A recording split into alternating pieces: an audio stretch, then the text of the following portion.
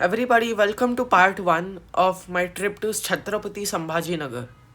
This is part 1 of 2 parts which are coming soon. Enjoy. Hello everybody, welcome to Sambhajinagar. So the first thing which we are going to see in Sambhajinagar today is the Bibi Ka Maqbara, which is a replica of the Taj Mahal. There is an entry ticket which can be booked online and is 20 rupees per person.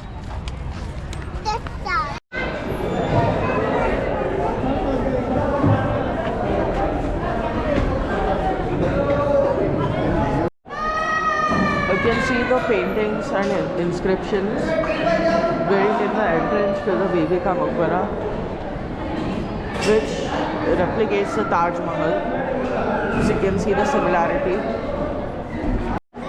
So you can see most of it replicates the Taj Mahal, especially the main structure, which consists of 4 pillars, and the main building. Also, the gardens are similar, and so is this main area with the small fountain here. We'll be now heading inside the tomb. This is the tomb of Dilras Banu Begum, who was the first wife of Aurangzeb, and it was constructed by her son. One of the details is that in the Taj Mahal in Agra, the water automatically comes from the Yamuna. Here, it is artificially put in. Just like the Taj Mahal, there are 4 entrances to this place in all of the 4 directions. Also, there used to be fountains here, but due to water scarcity issues, there aren't anymore today. As we approach closer, we can notice some major differences, as the marble used here is much different, and also it is missing some of the architectural designs. You can see it also does not contain the gemstones which are there in the Taj Mahal. This is how you go down, and this is the entrance. Even on the inside there are no gemstones, and that is the actual tomb.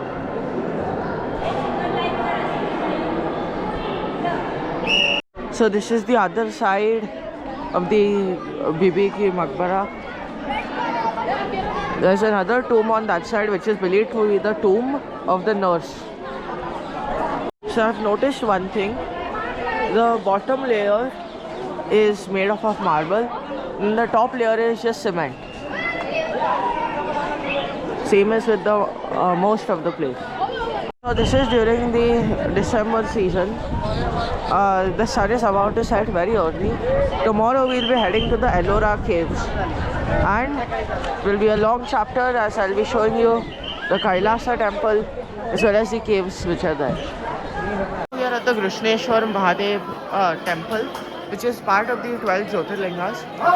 We just finished the darshan, and unfortunately photography is not allowed inside, so I can't show anything.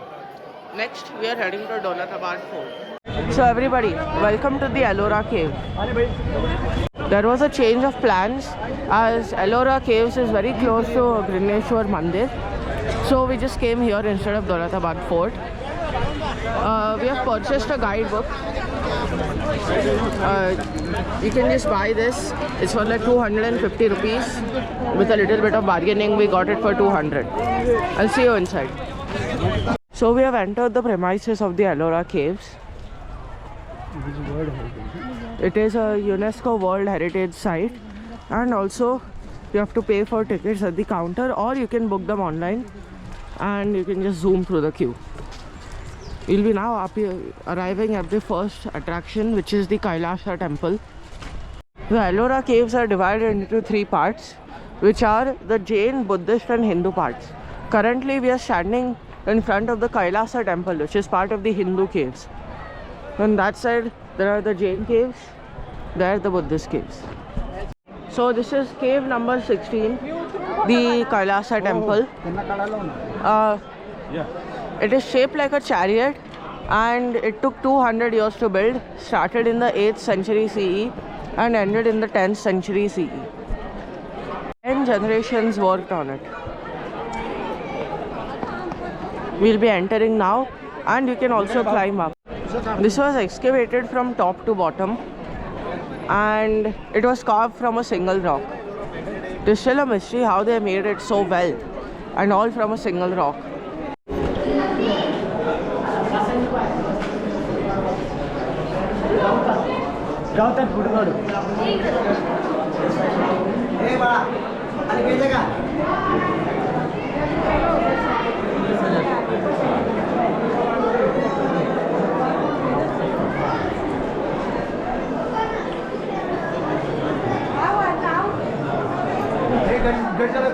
So this is a scripture of Gajalakshmi.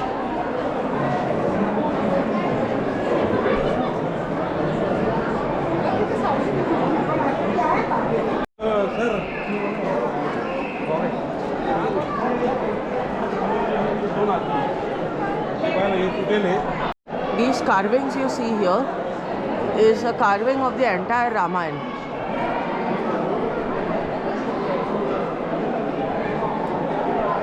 Again, it is very complex how they could carve it all into one single stone. So this pillar is a Gaja stump, and on that side is the Kirti stump. And as I mentioned before, the Ramayana. On the other side there is a Mahabharata. We'll be heading there. So if you look at the 20 rupee note here, you can see the image of the Ellora caves, and then you can see it in real life, which is right here. Ahilya Bai Holkar of Indore repainted this, and so this scripture also represents a story, which is Ravan lifting up Kailash. So up there we have Shiva and Parvati next to him, who is getting scared. So everyone here is shown throwing rocks at Ravan, but he is not moving. So when Shiva just puts one finger down, Ravan comes down.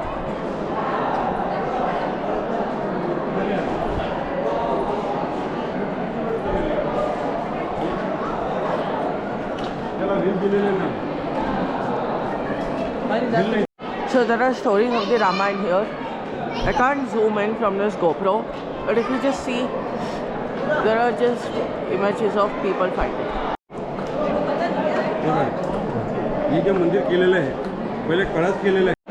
So we have climbed up to this place. Here you can see carvings of the Dash avatars of Vishnu, as well as more on that side.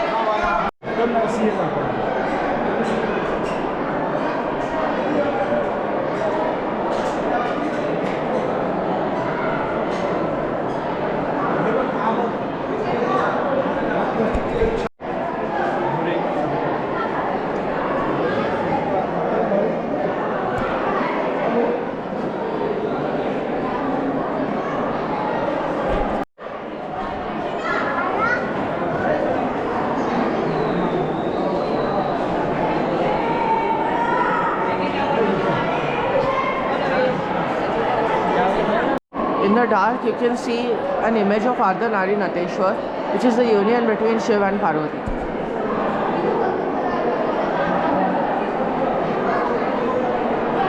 There are more carvings on this side, and we are entering the temple right now, which contains the Shiv Ling.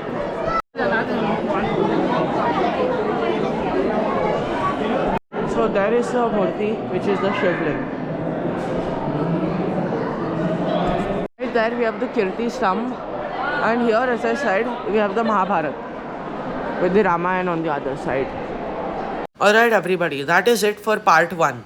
In the next part, there will be the Buddhist caves of Ellora, as well as the Lonar crater trek. This is a glimpse of what is there. So make sure to stay tuned for the next part, and like, share and subscribe to my channel so you don't miss it and other videos too. Thank you.